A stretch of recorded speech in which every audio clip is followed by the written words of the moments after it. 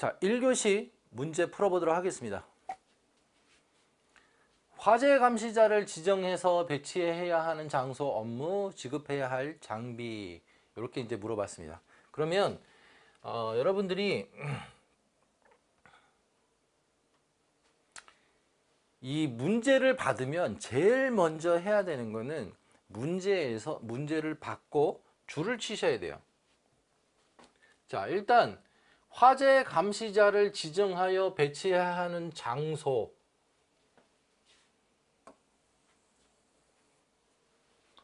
그리고 화재 감시자의 업무. 자, 1번 장소, 그 다음에 2번 업무, 그 다음에 지급해야 할 장비, 세 가지. 이 세 가지를 물어보는 거예요.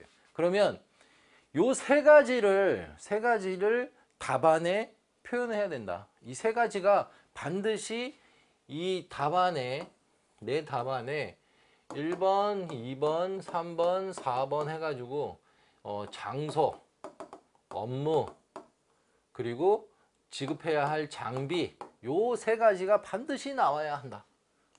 자, 그러면 이 화재 감시자의 이 답안에서 왜 화재 감시자를 배치를 해야 하는가? Why를 써야겠죠. Why. 그게 화재 감시자의 배치 목적이에요. 배치 목적. 왜 화재 감시자를 배치를 해야 돼? 일단 화재를 조기에 알려주고 경보하고 그 다음에 대응하기 위해서 화재가 발생이 되고 나서 그때 대응하는 거랑 초기에 불티를 발견하자마자 꺼버리면 불이 확산이 안 되겠죠. 그 화재 감시자의 배치의 목적을 여기에 쓰는 거예요. 그래서 화재 감시자의 가장 큰 목적은 큰 피해가 발생하지 않도록 조기에 대응하는 게 목적이에요. 그래서 이제 화재 감시자의 목적을 명확하게 이렇게 작성을 해주고, 그리고 문제에서 요구하는 거, 배치해야 하는 장소죠. 장소. 그리고 장소가 세 가지가 있어요. 세 가지가 있기 때문에 11m 이상 있습니다. 그 배치 대상 세 가지를 써주고, 그리고 제외 장소까지 써주는 거죠. 제외 장소까지. 이게 이제 법에 있기 때문에 대부분의, 자, 여러분들 이거를 생각하셔야 돼요.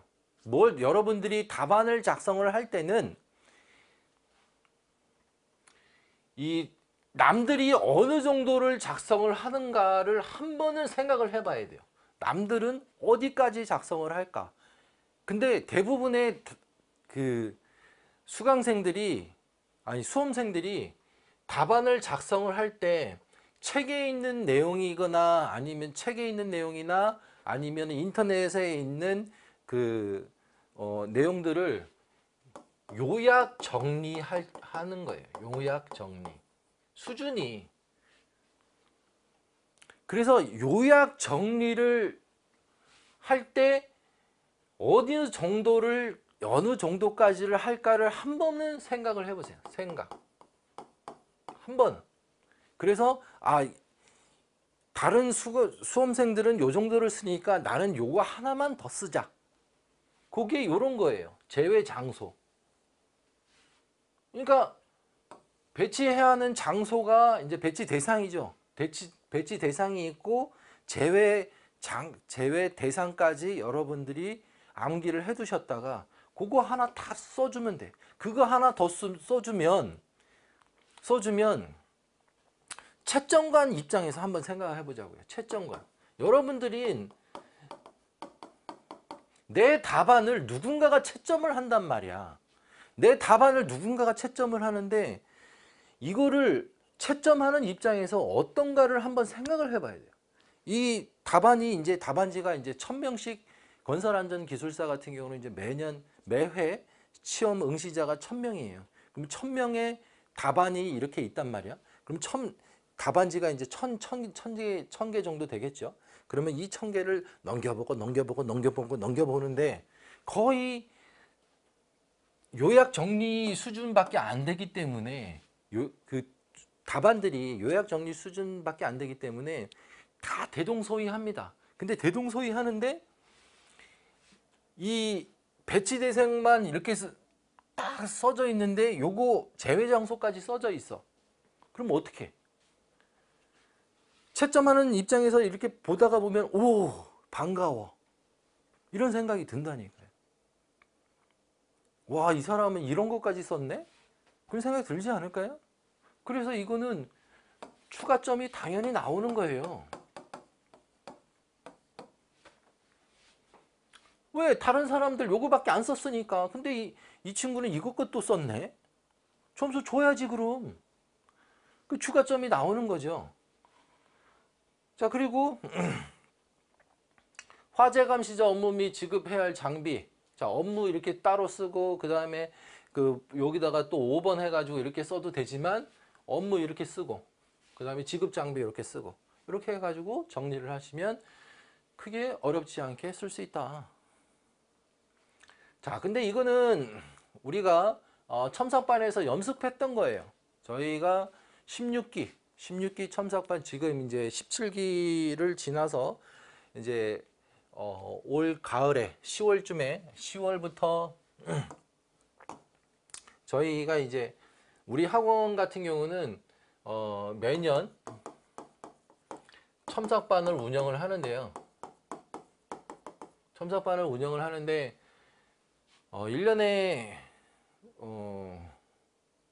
1년에 그러니까 이제 가을부터 이제 설명을 하면 가을에 10월부터 12월에 이제 운영을 하고요. 그 다음에 이제 1월 시험 그 치르고 나서 이제 1월 시험 치르고 나서 1월 말이죠. 그래서 2월부터 4월까지 그리고 5월 시험 치르고 나서 5월부터 6월까지 그래서 6월 말 그래서 이제 7월 시험 치르는 것까지 그래서 총 3번을 하네요. 3번 3번을 하는데 이번에 이제 18기 첨삭반을 10월부터 12월까지 약 한 3달간 이때가 이제 제일 많이 해요. 제일 많이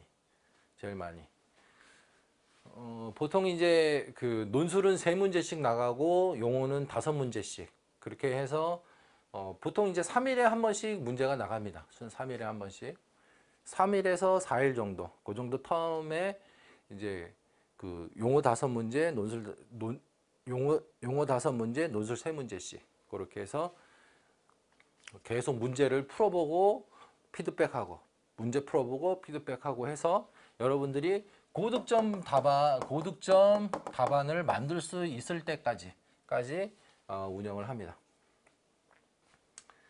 자, 요거 이제 그 했었던 문제예요. 그 배치 대상, 그다음에 배치 제외 대상, 그다음에 업무 이런 것들 있었기 때문에 그래서 이제 답안을 보면 요런 그 실제 답안이에요. 실제 답안으로 이렇게 있다. 자, 그 다음에 이제 안전사고와 재해는 출처가 이제 산업안전관리론이죠. 산업안전관리론이고, 안전사고와 재해, 이제 그, 안전사고와 재해, 그 연관성, 이제 용어 정리죠, 이거. 이거 너무 크다. 이렇게. 자, 그래서 이제 안전사고는 고의성이 없는 거고, 재해는 안전사고의 결과로 일어나는 거고 무재해 사고 그리고 재해 발생 원인은 자 요거 이제 안전관리 활동의 결함으로 인해서 제어 부족 기본 원인, 직접 원인 뭐 이런 게 있고 그 다음에 재해 방지 대책은 포해입니다. 자 재해 방지 대책에서 그 포hem 관리하고 3가 있어요. 3.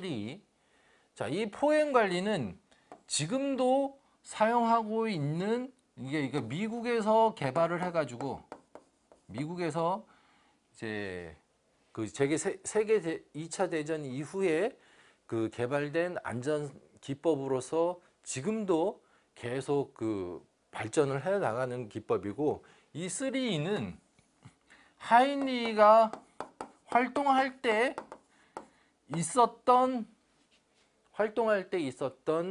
그 재해 방지 대책이에요, 요게.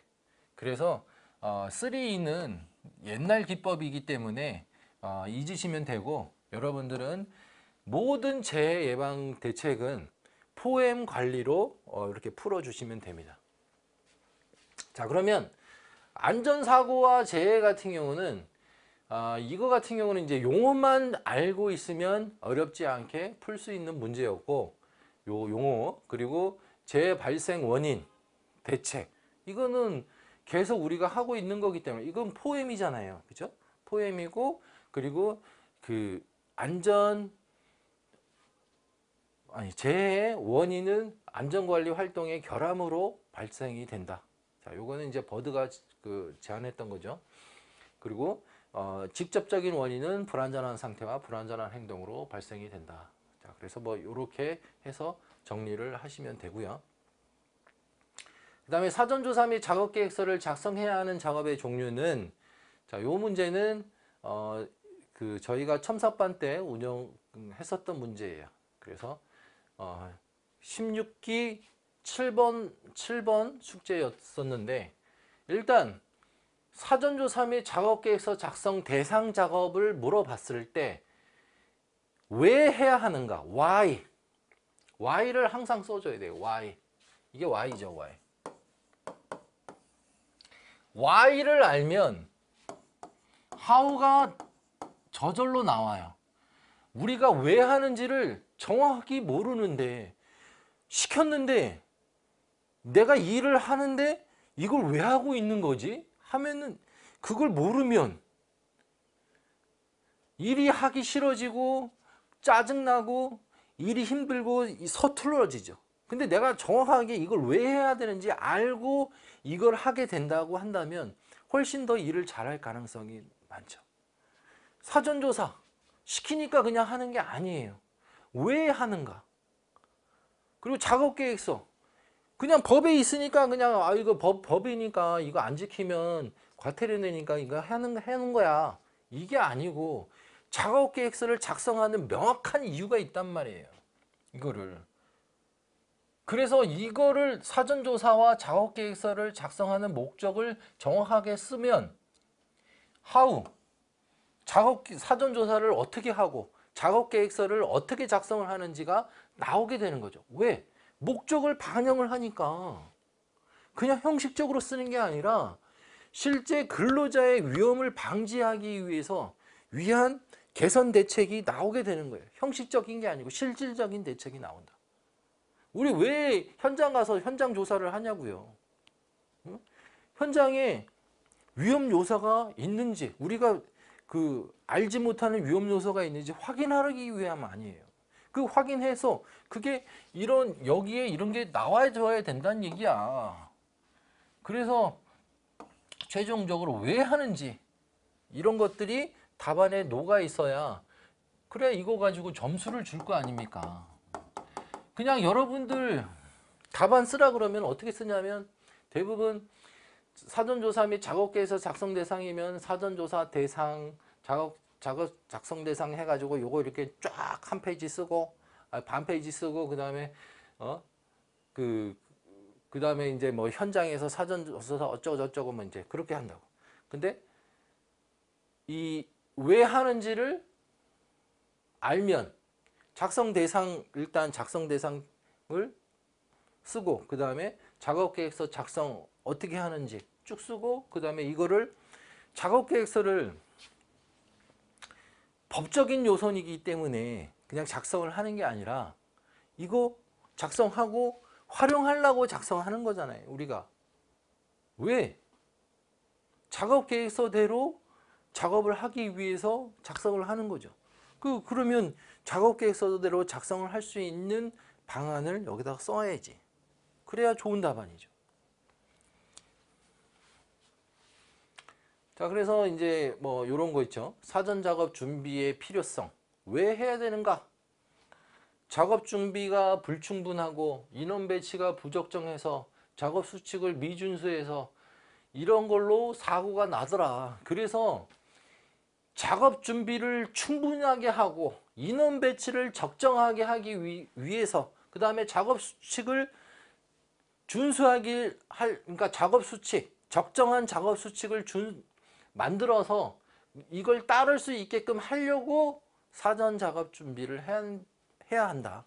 이게 필요한 거죠. 그래서 사전조사 작업 이제 작성 대상 쓰고 작업 계획서 작성 절차 쓰고 그 다음에 작업 계획서로 어떻게 관리할 건가 이런 내용으로 작성을 하시면 좋습니다. 자, 그 다음에 이제 양준기. 자, 양준기. 산업법상 양준기는 이제 5개가 있는데 크레인은 이제 고정식 크레인이에요. 그 다음에 이동식 크레인, 리프트, 곤돌라, 승강기. 자, 그러면 이게 우리가 왜 알아야 되는가? Why?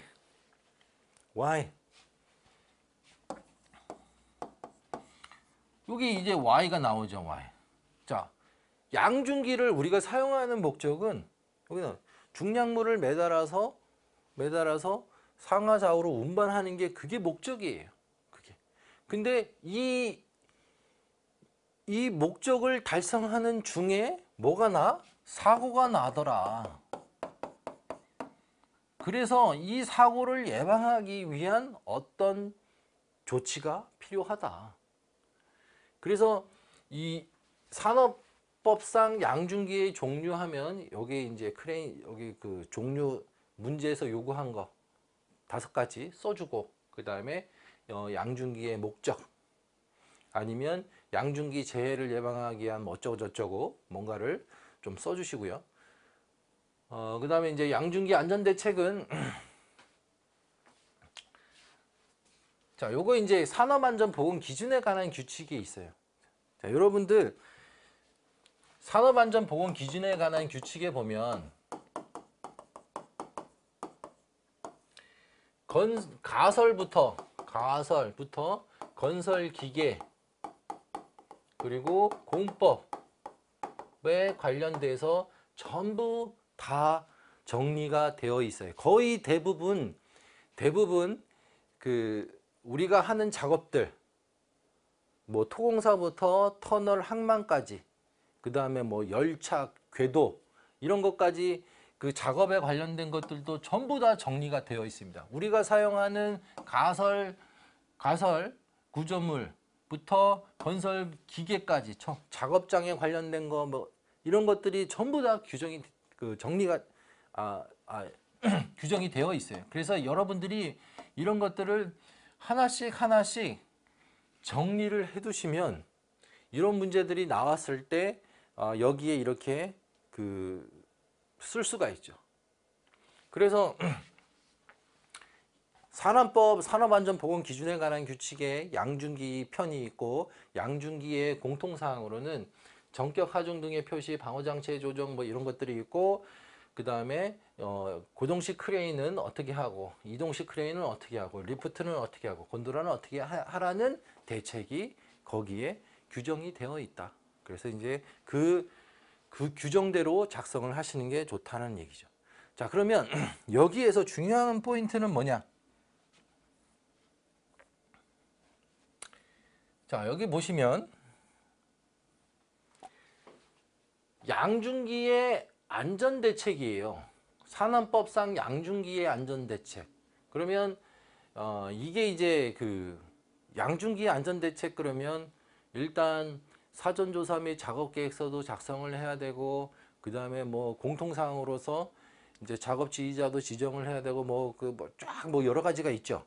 작업 전에 뭘 점검하고 작업 중에 뭘 하고. 그러면 이거를 여러분들이 어떤 기준을 가지고 작성을 하면 되는데 여기서 이만큼 저기서 이만큼 막 이렇게 따가지고 작성을 한다는 거죠. 그러면 채점하는 입장에서 봤을 때 채점이 상당히 어려워진다는 거죠. 그리고 이 문제를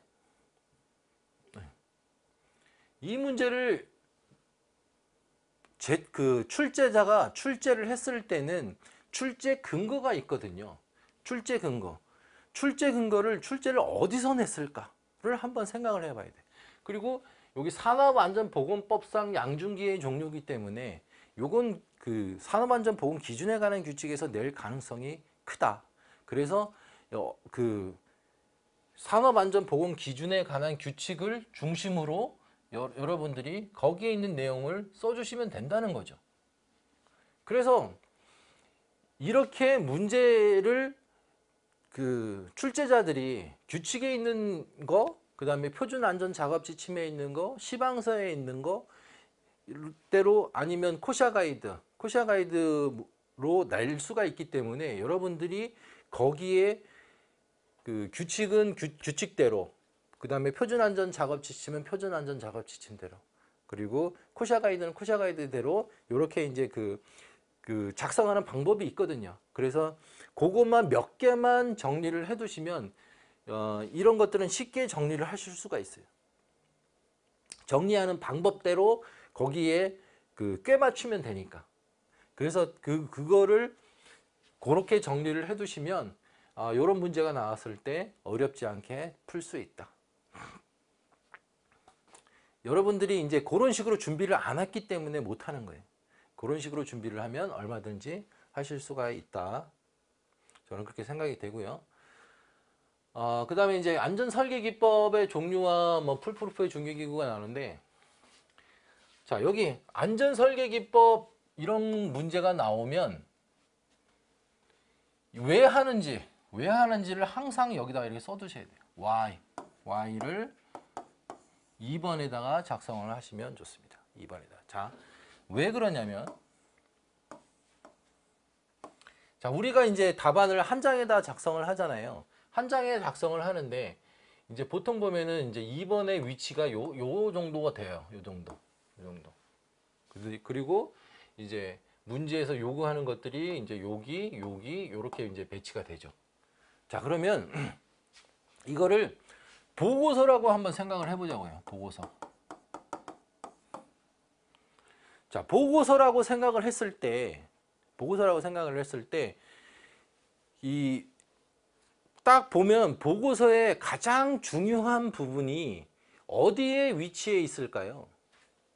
어디에? 거의 이 위치예요. 여기. 아니면 여기. 자, 요거를 이제 두갈식이냐 미갈식이냐 이제 그런 차이도 있지만, 어찌됐든 이 보고서 한 장이라고 딱 쳤을 때 가장 중요한 부분이 여기 위치에 있다. 그래서 여기에 이제 그림, 그리고 이제 왜 해야 하는가, Y가 여기에 있다고 한다면 가장 보기가 좋다. 그리고 읽기가 좋잖아요. 왜 우리가 이거 해야 되는지. 안전설계기법의 종류와 풀프루프의 중요기구 하면은 뭐 종류 여기 들어가고 풀프루프 중요기구 이렇게 들어갈 거 아니에요. 그러면 이걸 왜 하는가? 그걸 모르고 그냥 여기 있는 내용만 이렇게 쓰는 게 아니라 이걸 왜 하는지 정확하게 작성을 하고, 그리고 필요한 그 다음에 이제 풀프루프 중요기구 그 다음에 이제 종류 써주고, 그 다음에 뭐 중요기구 쓰고, 그리고 풀프루프하고 이제 페일세이프하고 적용하는 거, 이제 현장에서 적용하는 거. 우리가 이거 설계기법 뭐하러 합니까? 뭐하러? 현장에 적용하려고 하는 거잖아. 그러면 이게 실제로 어떻게 적용이 되고 있는지 그걸 여기다 이렇게 써주는 거죠. 그러면 자, 다시 보여드릴게요. 요 부분에 왜 하는지가 들어가고, 문제에서 요구하는 거 이렇게 써주고, 그 다음에 현장에서 실제는 이렇게 사용을 하더라. 이게 딱 들어가면 한정어로서 보기가 매우 좋은 거죠. 그래서 답안의 형태는 요런 답안의 형태로 만드시는 게 좋다.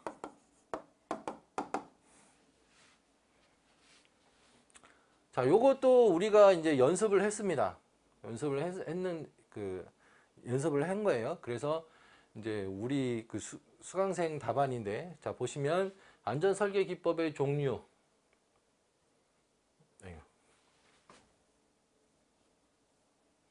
안전설계 기법의 종류 및 필요성 이렇게 이제 써주고, 그 다음에 이제 페일세이프하고 풀프루프를 이제 비교하는 거. 그리고 여기 이제 풀프루프에 이제 여기 그 기구, 풀프루프 기구, 그 다음에 이제 페일세이프와 풀프루프의 적용 사례인데, 자 보시면 풀프루프와 페일세이프의 차이점이 이제 뭐냐면, 페일세이프는 요거는 기계 결함에 대비한 거고요. 풀프루프는 사람의 결함, 사람의 실수, 인간의 실수에 대비해서 2중 3중의 안전장치를 설치하는 게 페일세이프와 풀프루프예요. 그러니까 2중 3중 안전장치는 똑같아요. 페일세이프나 풀프루프랑 똑같습니다. 똑같은데 대상이 좀 달라요. 대상은 페일세이프는 기계 결함이고 풀프루프는 인간 실수예요. 그래서 자, 우리가 이제 그 백호 작업을 한다고 쳤을 때 백호의 기계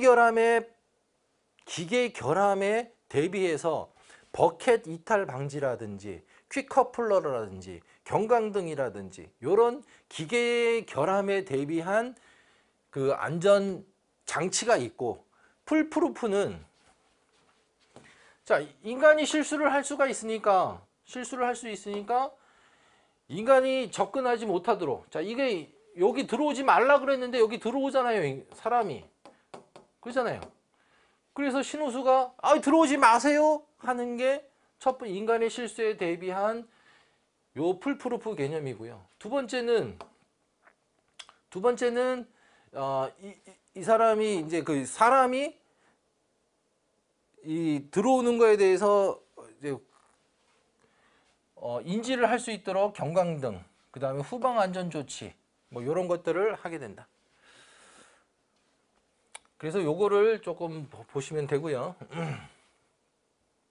그 다음에 건축물 해체의 신고 및 허가 절차. 자, 요거는 왜 우리가 건축물 신고하고 허가 절차를 알아야 돼? Why? 왜 알아야 하는가를 보면 요게 해체 계획서 때문에 그래요. 해체 계획서 때문에. 그래서 해체 계획서가 신고 대상이든 허가 대상이든 둘 다 무조건 해체 계획서를 작성을 해야 돼. 그래서 이 안전하게 해체 계획서대로 공사를 할 수 있도록 신고 및 허가 절차를 만들었다. 이걸 언제? 2023년 1월에 개정이 된 거예요. 자, 건축물 해체의 신고 및 허가 절차는 이제 해체 신고 대상이 연면적이 500제곱미터 미만, 그리고 높이가 12m 미만, 지하층 포함 3개층 이하인 경우는 신고고, 그 이상인 경우는 뭐예요? 허가죠, 허가. 그래서 신고 절차와 허가 절차를 봤을 때, 신고 절차에서는 이 기술자라는 사람이 있는데, 자, 이 사람은 누구냐면 이 건축사 사무소나 아니면 기술사 사무소를 운영을 하면서 해체 계획서를 작성하는 사람. 자, 이 사람이 해체 계획서를 검토하고 날인을 해줍니다. 그러니까 이걸 누가 작성을 하냐면 이제 관리자가, 자, 여기 이제 그 해체공사 그 회사겠죠, 회사. 해체공사의 회사의 관리자가 해체 계획서를 작성을 해야 되고, 허가 절차일 때는 관리자가 해체 계획서를 하는 게 아니고 기술자가 해체 계획서를 작성을 한 다음에 자기가 도장을 찍어야 돼요. 내가 작성했습니다. 빵 이렇게 적어야 돼요. 안전명장이 작성했어요. 빵 이렇게 도장을 찍어줘야 돼요. 그러면 관리자가 그거 가지고 제출을 하면 허가권자가 확인 검토한 다음에 심의를 진행을 합니다. 이 해체 계획서가 적정한지 심의를 해요. 그래서 허가서를 발급을 하고, 그 다음에 해체 감리자를 지정을 한 다음에 이제 해체 공사를 진행을 할 수가 있게 되는 거죠. 자, 여기에서 이제 중요한 건 뭐다? 이 찐빵의 안고는 이거죠. 이거. 이 찐빵의 안고는 해체 계획서의 목적이죠, 목적. 해체 계획서를 사전에 제출해서 안전한 해체 공사를 수행할 수 있도록 검토를 받는 거. 자, 요게 안고다, 안고. 이 찐빵의 안고. 자, 착각 현상. 자, 착각 현상은 자, 요거는 이제 그 착각과 착오가 있는데 요 용어를 정확히 이해를 하셔야 돼요. 일단 착각이라는 건 뭐냐면 착각이라는 거는 내가 잘못 생각하는 거죠. 사실을 실제와 다르게 지각하거나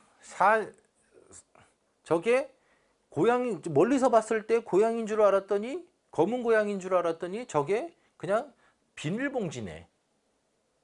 그럴 수 있죠. 멀리서 봤으니까 뭐 이제 그 비닐봉지가 이제 바람에 따라서 살랑살랑 움직이면 고양이가 움직이는 것처럼 이렇게 보일 수도 있죠.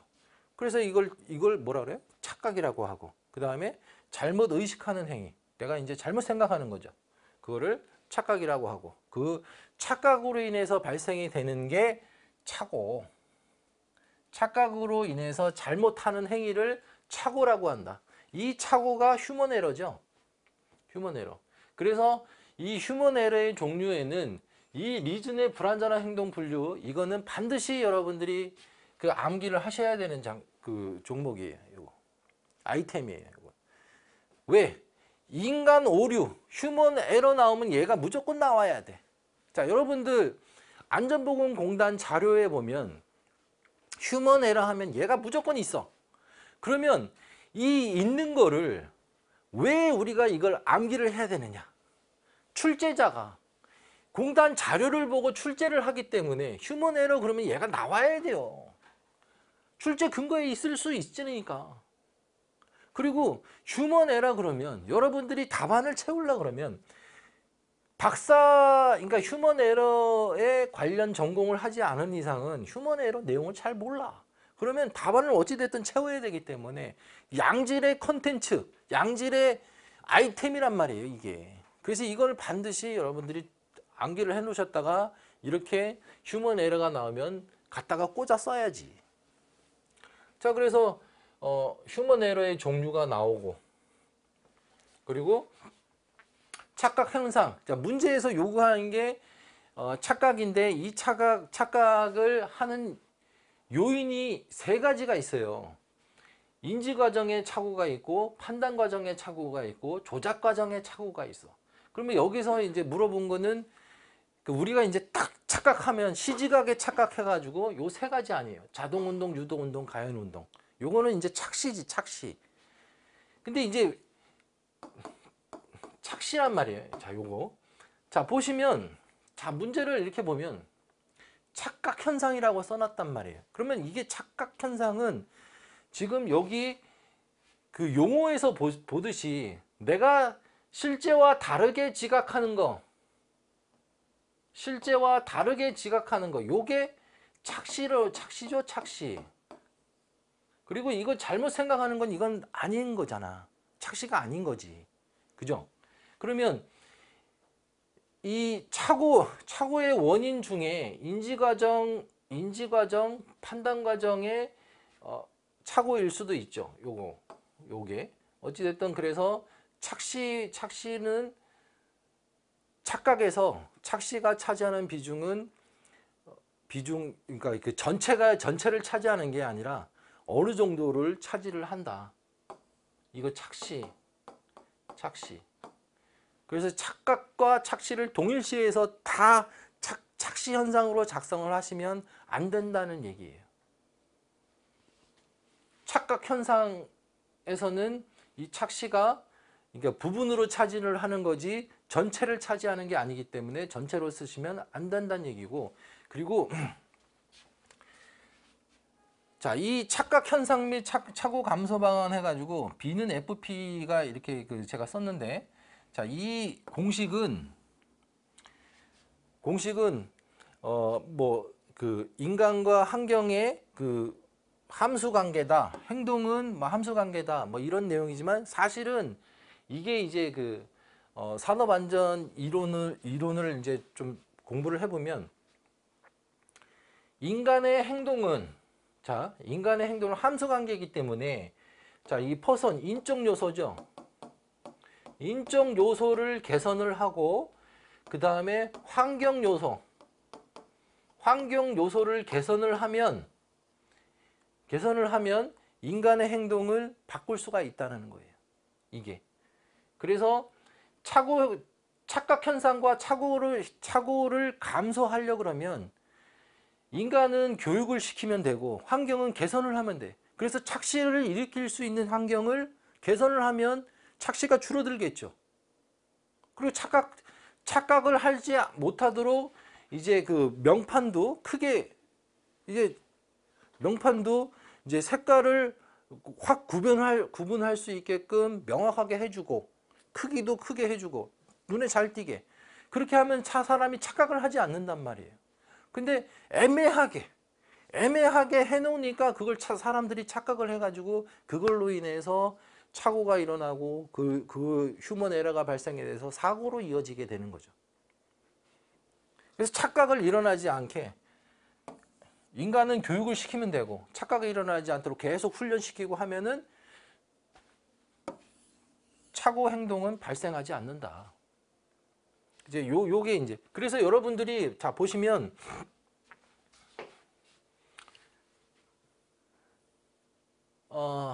여기 휴먼 에러의 종류 이거는 무조건 외우고 그 다음에 요 착오 요인 요거랑 그 다음에 B는 FP 요거를 외워두시면 휴먼 에러에는 어떤 문제든지 다 풀 수가 있다. 쉽게 풀 수가 있다. 그리고 휴먼 에러는 마찬가지로 포엠으로 푸시면 돼요. 포엠으로. 그래서 어렵지 않게 풀 수 있다. 그리고 부주의, 피로 다 마찬가지입니다. 다 마찬가지 그렇게 푸시면 어렵지 않게 푸실 수가 있어요. 자, 휴먼 에러 예방의 일반 원칙. 자, 우리 그 17기 때 7번 문제로 했던 거예요. 그래서 한번 참고로 보시면 좋으실 것 같아요. 제가 넣어놨으니까 자, 일단 휴먼 에러는 불완전한 행동 등으로 인적 요인의 재해가 빈번하게 작업 환경 등 그 개선 조치가 필요하다. 인적 요인 42%, 작업 환경 요인 38%. 자, 그러면 여기에 공식 하나 더 써주면 되죠. B는 펑션 P와 E, FP. 그래서 여기가 지금 인적 요인이 42%라는 얘기고, 그죠? 그리고 환경적인 요인이 38%죠. 그러면 이제 38%, 42% 합치면 몇 프로예요? 80%. 자, 80%. 자, 인적 요인과 환경 요인을 개선을 하면 80%의 재해를 예방할 수 있다라는 얘기잖아. 거꾸로 얘기를 한다면. 그래서 이제 이런 식으로 요 공식과 함께 써주시면 더 좋은 답안이 된다.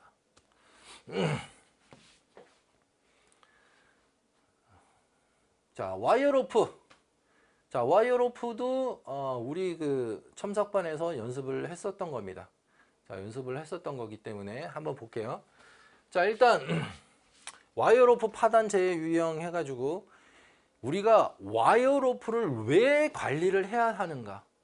그냥 쓰면 안 돼? 그냥 쓰다가 이게 이제 파단이 되는 거죠. 그러면 쓰는 사람들이 뭐가 문제냐면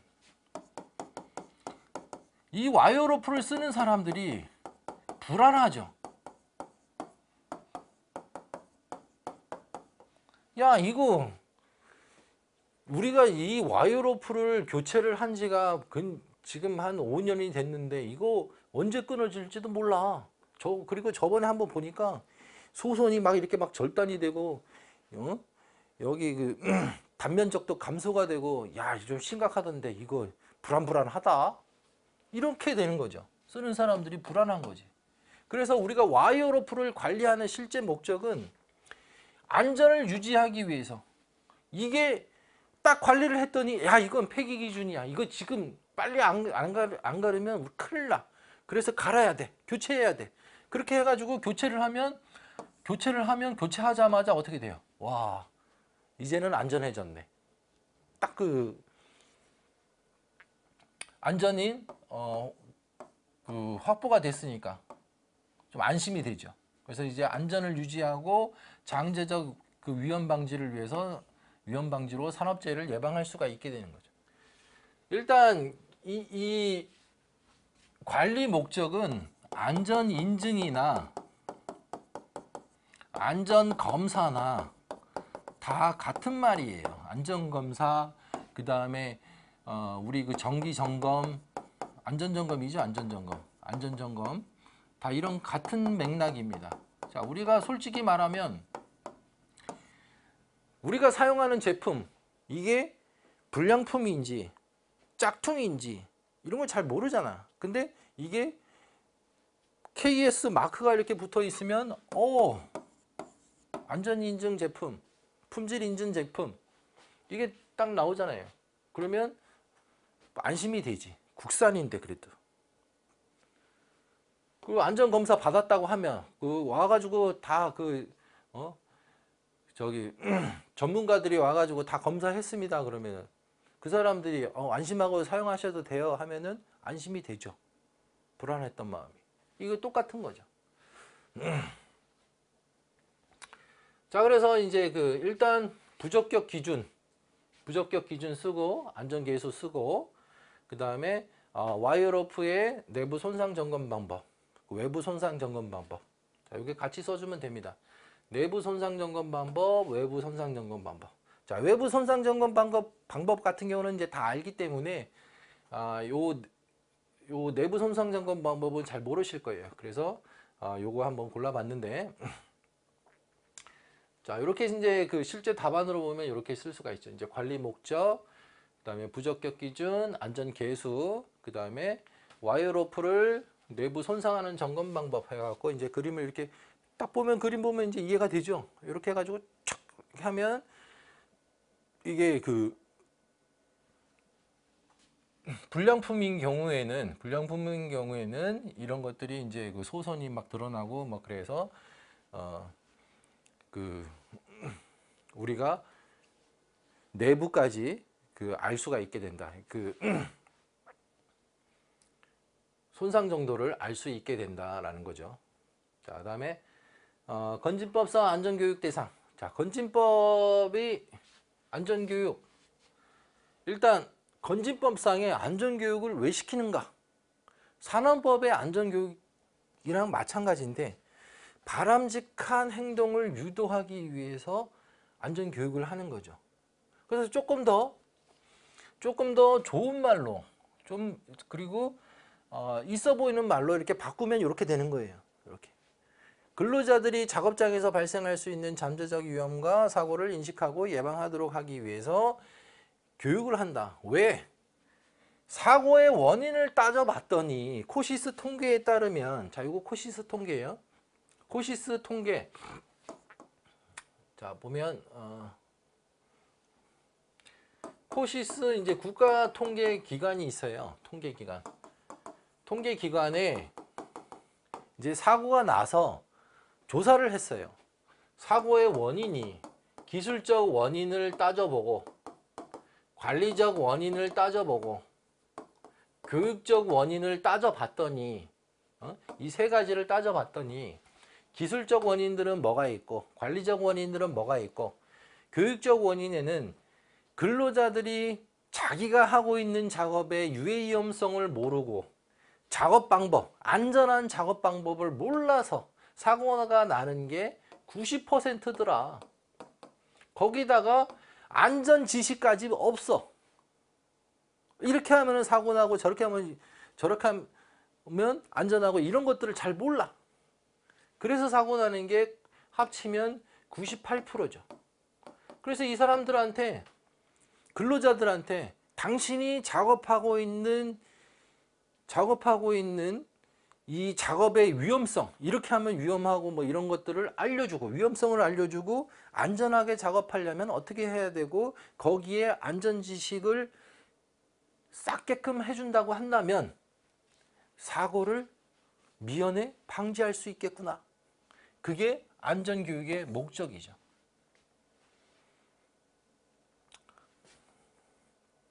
자, 그리고 자, 건진법상의 안전교육이 요게 이제 조금 차이가 있는데, 자, 요게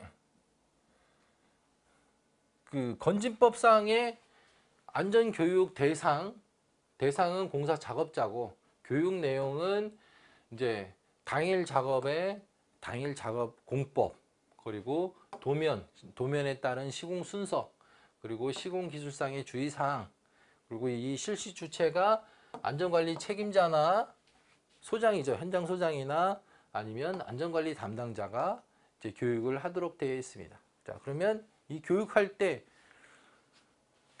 당연히 주의사항이 들어가야 돼요. 왜? 근로자가 얼마만큼 이해하는지 확인도 해야 되고, 그냥 시키면 시키는 대로 하는 게 아니라, 이 근로자가 작업하고 있는 근로자의 자기 작업의 위험성과 안전한 작업 방법을 모르기 때문에, 그리고 안전 지식도 잘 모르기 때문에 그걸 알려주기 위해서 교육을 하는 거잖아요. 그걸 알려주면 재해를 예방할 수 있기 때문에. 그래서 이 교육할 때 그런 것들을 고려해서 교육을 하게 되면, 교육을 뭘 어떻게 더 한다? 더 잘할 수 있게 되는 거죠. 교육을 더 잘할 수 있으면 그것들이 반영이 돼서 근로자가 바람직한 행동을 하게 되고, 그게 재해를 예방하는 일이 되는 거죠. 그래서 안전교육을 잘해야 돼요. 그냥 하는 게 아니야. 그래서 이런 방법들을 이렇게 써주면 되죠. 그거는 뭐다? 안전교육 8원칙을 써주시면 되죠. 적절하게 8원칙을 응용해서 써주시면 돼요. 안전교육 8원칙 뭐 있어요? 상대방 입장에서 하고, 그 다음에 상대방 입장에서 하고, 그 다음에 뭐 쉬운 부분부터 뭐 그거 있죠? 네, 그걸로 하시면 됩니다. 자, 사업장 내 정기안전보건 교육 내용 요거를 좀 해놨으니까 한번 참고하시고요. 다른 분 답안 이렇게 넣어놨어요. 좀 참고하시면 좋으실 것 같아요. 자, 답안이 깔끔하죠? 이렇게. 자, 그 다음에 이제 강제 취성과 연성. 자, 강제 취성 그러면 무조건 여러분들이 먼저 떠올리셔야 되는 거는 성수대교다. 성수대교. 자, 대형 사고는 여러분들이 반드시 기억을 해 두셔야 돼요. 그래가지고 그거를 아이템으로 만들어 놔야 돼요. 아이템으로. 자, 성수대교 이게 왜 중요해요? 성수대교가 붕괴돼서 뭐가 만들어졌습니까? 시트법이 만들어진 거예요. 시트법이. 성수대교가 딱 무너지고, 그래서 이게 우리가 공공시설물이 관리를 안 하면 이렇게 무너질 수가 있구나. 그래서 우리가 공공시설물, 1종 시설, 2종 시설, 3종 시설물, 이 공공시설물을 우리가 관리를 해야겠구나. 이런 게 나오는 거죠. 그 시트법에 이제 요즘에 이제 이제 부각되는 게 정작교 붕괴 사고죠. 정작교 붕괴 사고. 이거 2종 시설물인데 정기점검을 완료를 마쳤는데, 정기점검상에서는 정기점검은 유관점검으로 하잖아요. 유관점검으로 밑에서 이렇게 봤더니 멀쩡하거든요. 그래서 양호라고 판정을 했더니 이 양호 판정 받은 게 속으로 골마 있었던 거죠. 그러다가 일반 시민이 지나가는데 그게 갑자기 인계점을 넘으면서 버티던 인계점을 넘으면서 푹 하고 떨어진 거죠. 그래서 이제 사고 나죠. 그래서 이 시트법 문제는 무조건 정자교를 끌고 들어가셔야 돼. 그리고 성수대교. 자, 강제 그러면 이 성수대교가 나와줘야 된다. 성수대교가 왜 무너졌느냐? 자, 이게 이제 이게 이제 트러스 교량인데, 강제 트러스 교량인데, 이 트러스가 차량이 계속 왔다 갔다 하면서 피로가 누적이 된 거죠. 그러니까 이제 이 강제 트러스 교량이 이제 자꾸 이제 차량들이 왔다 갔다 거리니까, 이렇게 왔다 갔다 거리니까 여기 이제 볼트가 덜컥 그러면서 볼트가 풀리고 그 볼트가 부러지고 이러면서 이제 얘가 이제 버티고 있던 임계점을 넘으면서 이렇게 떨어지게 된 거죠. 이게 피로 파괴에 의한 취성 파괴다. 그래서 취성 그러면 성수대교. 그리고 취성 그러면 또 뭐예요? 그러면 철근 콘크리트 뭐예요? 삼풍백화점이 나와야 된다. 삼풍백화점. 일시적으로 그냥 버티다가 얘가 못 버티고 두두두두두두 무너진 거죠. 그래서 이런 대형 사고는 아이템들을 여러분들이 가지고 있어야 된다. 자, 강제 취성과 연성 해가지고, 자, 이게 강제 응력 변형도 곡선이 있습니다. 여기에서 취성 파괴는 이 탄성 영역에서 파괴 징후 없이 갑작스럽게 파단되는 게 요게 취성 파괴고, 이 연성 파괴는 충분히 버틸 만큼 버티다가 이제 그 징후를 남겨놓는 거죠. 사람들한테 대피할 시간을 남겨놓고 파괴되는 게 연성 파괴다. 그래서 취성 파괴를 일단 방지하는 방안은 뭐냐? 연성 파괴를 유도하는 설계를 해야 되고, 연성 파괴 할 수 있도록 이제 점검하고 설계하고 이거 시공하고 어쩌고저쩌고 이렇게 쓰고, 그 다음에 우리가 이제 점검할 거 아니에요. 이제 강제 구조물 점검을 해가지고 이 피로 발생 부위라든지 아니면 이제 미흡한 부분들, 점검해서 미흡한 부분들은 보수 보강해야 될 거 아니야. 그 보강 공법에 대해서 써주시면 되는 거죠. 자, 이런 것들이 답안에 차이가 좀 있을 겁니다. 자, 강제 피로 현상 해가지고 이제 저희가 16기 첨삭 때 한번 했었던 문제인데요. 요거 가지고 한번 좀 보시면 좋으실 것 같습니다. 자, 제가 여기 넣어놨으니까 한번 보시고요. 요거는 이제 우리 수강생이 작성한 답안인데 한번 보시고요. 그 다음에 이제 비계. 자, 비계. 물어본 게 이제 비계죠. 비계의 종류 및 벽이음을 쓰라고 그랬습니다.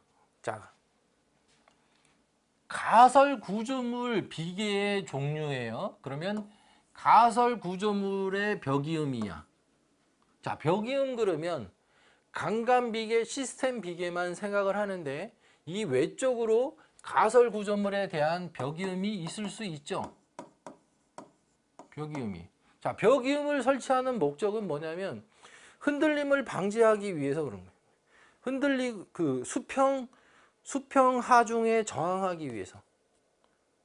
이게 비계가 자, 강간 비계를 예를 들어서 강간 비계가 수직 하중에는 강하지만 이 수평 하중에 약하기 때문에 이걸 구조물과 연결을 해서 수평 하중에 저항하기 위해서 이 벽이음을 설치를 하는 겁니다. 근데 이 벽이음이 가설 구조물이잖아, 이거. 그러니까 이게 강간 비계, 시스템 비계만 있는 게 아니라 이 다른 것도 벽이음이 있을 수가 있다. 자, 그게 뭔가 한번 봅시다. 자, 비계 종류에는 자, 지주형, 이동형, 매달기형, 기계식, 가설 통로식, 작업발판, 일체식 비계가 있고요. 자, 비계를 설치하는 목적은 높은 곳에서 작업을 하기 위해서 설치를 하고, 작업자의 추락을 방지하고 안전을 확보하기 위해서 설치하는 것이다. 자, 여기 이제 딱 써주고요. 우리가 비계를 설치하는 목적을 써주시고, 그리고 이제 비계를 어떻게 하면 잘 관리를 할 수 있을까? 자, 강간 비계, 시스템 비계 이제 그 5m 얘는 이제 구조 검토 기준에 의해서 하고, 그다음에 깽폰 같은 경우는 이제 전도 방지 와이어라든지 그다음에 낙하 방지 장치가 그 낙하 방지 장치라고 있습니다. 그게 벽임이라고 또 생각하실 수 있습니다. 벽임의 역할을 하기 때문에 그래서 벽임이라고 보시면 되고요. 그래서 일단 그 벽임을 해체할 때 어떻게 유의사항이 뭔지 이런 것들을 써주시면 된다는 얘기죠. 자, 그러면 우리가 일반적으로 벽이온 그러면 강간비계, 시스템 비계만 딱 생각이 나는데, 여기에 깽폼이라든지 그 다음에 클라이밍 폼 ACS, RCS까지 이렇게 추가적으로 썼기 때문에 요거 가지고 우리가 뭘 할 수 있다? 추가점을 얻을 수가 있다. 왜? 자, 문제가 강간비계의 벽이음을 물어본 거 아니잖아요. 강간비계 벽이음 문제로 강간비계 아니면 이제 강간비계 아니면 시스템 비계만 물어봤으면 그것만 써주면 되는데, 가설구조물 비계잖아. 그러면 가설구조물의 비계의 종류는 이런 것들이 있는데, 얘네들은 벽이음 안 하고 얘네들은 안 하나? 쟤네만 하나? 아니잖아요. 그래서 이제 이런 것들도 여러분들이 써줄 수 있으면 써주시면 좋죠. 자, 그 다음에 굳지 않은 콘크리트의 재료 분리 원인 및 대책. 자, 굳지 않은 콘크리트. 자, 콘크리트를 붓게 되면 일단 블리딩 현상이 발생이 되고, 블리딩 현상에 의해서 치마가 발생이 되면서 무거운 애들은 무거운 애들끼리, 가벼운 애들은 가벼운 애들끼리 재료가 분리가 되는 것을 이걸 재료 분리라고 한다. 그래서 재료 분리의 원인 및 대책. 자, 여기까지. 자, 대부분은 자, 볼게요. 대부분 이제 그 수험생들이 답안을 작성하라 그러면, 재료 분리 현상에 대해서 작성하라 그러면 지금 이것처럼 블리딩과 재료 분리 요 그림까지 나오고, 그 다음에 1번, 2번 나오고, 그 다음에 3번 원인, 4번 방지 대책, 이걸로 끝나요. 대부분. 이게 이제 80%가 이런 답안이야. 80%가. 자, 그러면 생각을 해보면 이 재료 분리가 된 거를, 현장에서 재료 분리가 됐어. 이거를 처리를 해야 될 거 아니야. 처치 방안이 있어야지. 처리 방안. 안 그래요? 그냥 놔둘까? 놔두면 그건 뭐예요? 전문가가 아닌 거지. 응? 우린 전문가잖아. 얘가 발생하지 않도록 조치도 당연히 해야겠지만, 하다 보면 어쩔 수 없이 생기는 것들이 있어요. 그게 뭐예요? 하자지. 하자. 하다 보면 하자가 발생이 돼요. 근데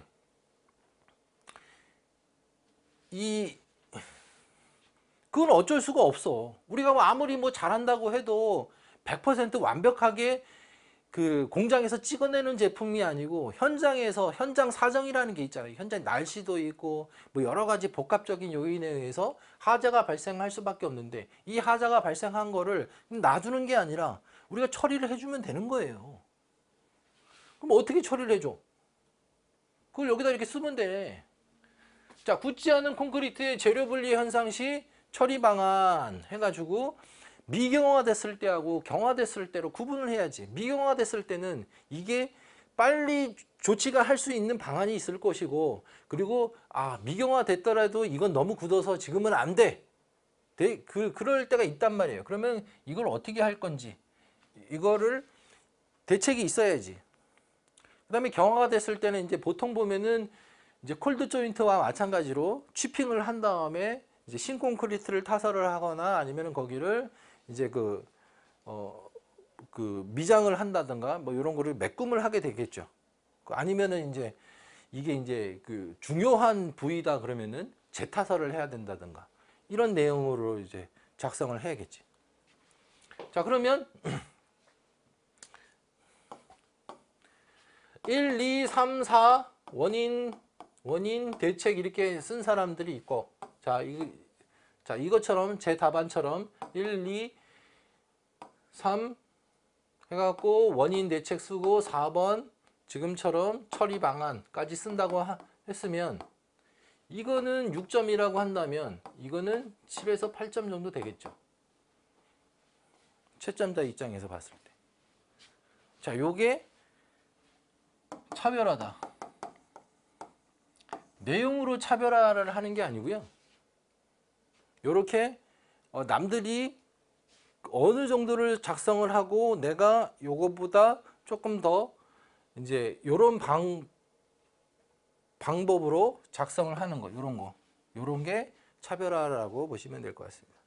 내용으로 차별화하는 거는 굉장히 어려워요.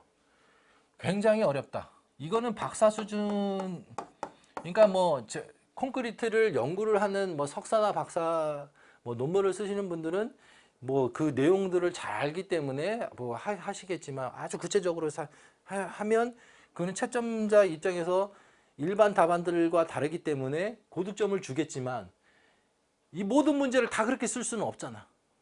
그렇기 때문에 여러분들이 이런 방법으로 남들이 어느 정도 작성을 하는지 파악을 하고 그거와 조금 다른 방향으로 작성을 하면 높은 점수를 얻을 수가 있다. 이게 차별화라고 보시면 될 것 같습니다. 자, 이런 것들을 이제 계속 연습을 하는 게 첨삭반이고요. 자, 마지막 문제. 옹벽에 작용하는 토합 및 옹벽의 안전조건. 자, 옹벽에 작용하는 토합, 그 다음에 안전조건, 그 다음에 옹벽의 안전 증진 대책 해가지고, 자, 설계, 시공 후 이렇게 구분을 하셔야 돼요. 자, 이 문제가 보면 옹벽이 자, 요게 이제 그 시설물 관점에서 보면 이종 시설물이에요. 자, 이종 시설물인데 옹벽 플러스 절도 사면이죠. 사면. 얘 세트야, 세트. 이종 시설물 세트예요. 자, 그러면 옹벽 같은 경우 이제 높이가 5m 이상, 그 다음에 그 수평 연장 100m 이상, 50m인가? 네. 그면 이종 시설물이죠. 그러면 이종 시설물 옹벽하고 사면하고 이게 시설물적 문제인지 아니면 시공적 문제인지를 파악을 해야 돼요. 근데 여기서 이렇게 봤을 때는 얘가 시공 중에 작용하는 토합인지 아니면 준공 후에 작용하는 토합인지는 알 수가 없죠. 그러면 이거를 설계, 시공 후 준공 유지 관리 차원에서 이렇게 구분을 하셔 놓고 이렇게 답안을 작성하는 게 좋다라는 내용입니다.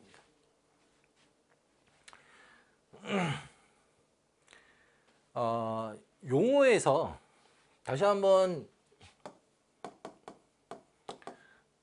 정리를 하면, 자, 기출문제가 한 100개만 정리를 하시면 돼요.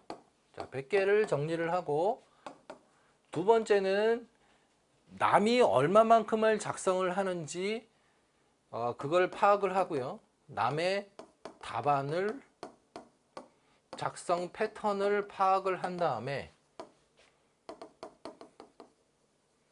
내가 이분들보다 조금만 더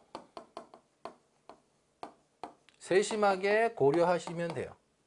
조금만 더.